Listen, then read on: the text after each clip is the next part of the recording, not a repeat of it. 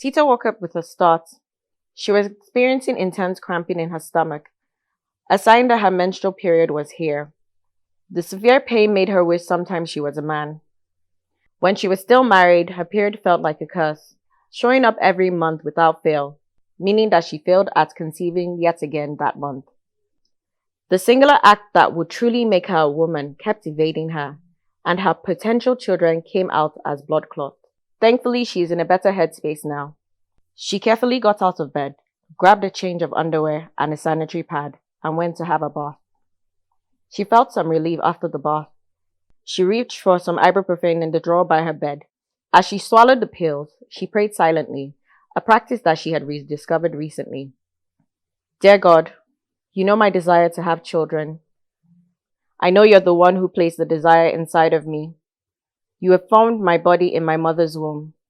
Take control of my body. As she drifted back to sleep, she thought of only the future, a future she so badly wanted Ifunanya to be a part of. Bright and early the next morning, she was off to the market. She needed to get some foodstuffs for the week for both her and Ifunanya. Thank God it was the weekend. Even though she was in pain, she still had a lot of things to do that would help take her mind off it. Halfway through the market runs, the cramping became unbearable, that she had to find a place to sit. She always carried water and painkillers with her, so she quickly took some and waited for the pain to subside. An hour later, she was back home and in bed. To help with the pain, she held her trusted hot water bottle against her stomach as tightly as she was wrapped in her blanket. It hadn't always been like this. When Tito had first gotten her periods at 13 and throughout her teenage years, she hardly had any problems.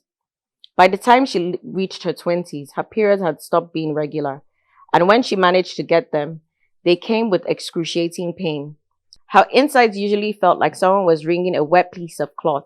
However, in her youthful naivety, she had not worried about it because she thought it was just a phase.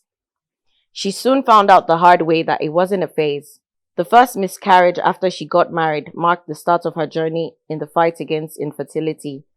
She soon realized how much culture and tradition were stacked against her. Hi, my name is Omao. I'm a brand business consultant and author and founder of PCOS Conquerors. Yeah, so with PCOS, I think every experience is different for women. For me, I kind of fell on the scale where what triggered my interest in my hormonal health was really I was having prolonged periods, which then I didn't know it was also a side effect of PCOS. I wasn't even aware I had PCOS.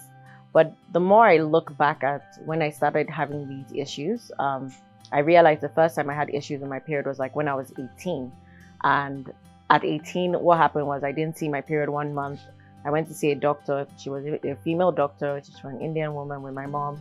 And basically, she all but, I don't even know, accused me of having premarital sex. And I was like, okay, first of all, I'm a young girl, fine. I know people are active and stuff, but I said I'm not active. But she didn't believe me, just basically gaslighted my experience. And then my period came the next day. So I just thought, I'll never ever do that again. And once I didn't, so that for me was almost like, oh, it's like my body is now giving me a break from periods and stuff. So when it started becoming regular, like every year, because it was after 18, I started noticing I would miss my periods. I didn't pay any attention to it. And it didn't, and that was until maybe I was like 26 or so, when I started noticing my body was changing and everything. So I went to see a doctor. That was when the doctor, they didn't call up PCOS, but he was just like, okay, you're getting married soon. Just let's watch and see. It was always let's watch and see, nothing definitive. And even when one doctor said, okay, he was going to put me on birth control, he didn't really address my concern. I was concerned I was gaining weight. He was telling me I'll put on more weight. So obviously I was like, yeah, I don't think I need birth control. And when I finally got diagnosed, and this was like 2017, I remember the experience just being a bit horrid because the doctor, who happened to also be a childhood doctor for me, it was more like an experiment where he was, just checking my stomach and then calling his nurse, or I don't even know, maybe resident doctor to like, oh wow, like this is a classic case of PCOS. And I'm then going crazy because I'm like, okay, I've read the things online, it looks scary, and there was nothing done to elevate, what I knew or what to do next. So the same thing was let's watch and see. So it was always let's watch and see, no active solution. To be honest, it was until I started taking some interest in my own body that I started finding out things I could do to help myself get better. People judge books by its cover. Yes, I mean, I think that was one of my biggest lessons because I just spoke about it because I knew when I picked the cover, I knew what I was trying to depict. And because I'm the kind of, when I read, I'm quite cerebral. I like when people like hide things in like covers and stuff. So when I'm reading a book, I like going back. So I wanted to give my readers that experience, but I realized not everyone would see. And especially if people don't know. Some people are like, oh, they see a book, they read the back and they want to get to know it. But most people would literally judge, okay, is this something I want to read? And especially if people don't know your name, your book cover does a lot more for you. I'll say, maybe building your team early on, yes, write the book, but then having a full team. It's not just the publishers. You need a publicist, you need a marketing strategy, really, really counting the costs because it's expensive, y'all.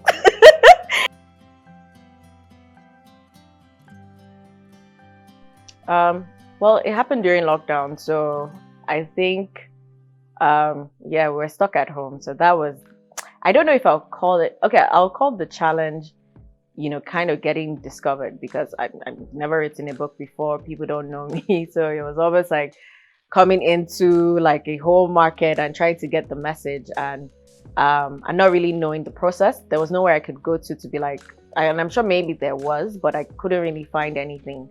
And then I did try reaching out to certain authors that, had the experience because you think, oh, let me reach out to this woman. She might be candid enough. But yeah, I didn't really get that much feedback. Although my publishers, they did help me a great deal. I had this story. I had this story since 2018. And it wasn't until 2020 that I was able to just sit down and write it. So I think if I had a lot of guidance at the start, I would have done a lot of things different. I mean, one of the things I had to do was change my book cover.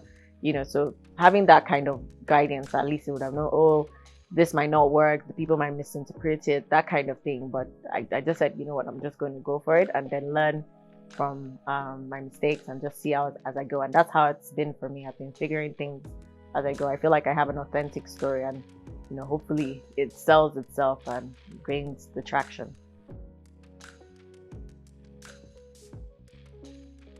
I think it's amazing. I think it's a thriving, right now, I feel like it's such a thriving market. Like, I've seen a couple of books come out recently and I've been seeing more female authors. So initially, it seemed like something that only a select people could be a part of. And then you have to, have that name before you even get to sell.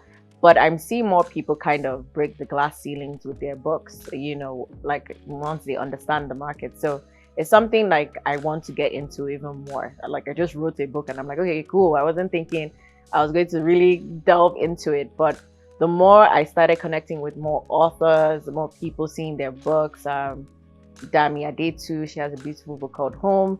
The more I'm like, okay, this is actually something I really want to be a part of. I started a conversation, I think during lockdown about Publish Her, just like an initiative, just encouraging more women authors from this space. So I think it's be good to see more people. I mean, we're already seeing it. So it's just, let's create more forums for people to dialogue and even learn more, because it's something that can take us to the world, especially if we have a great story that can be produced internationally.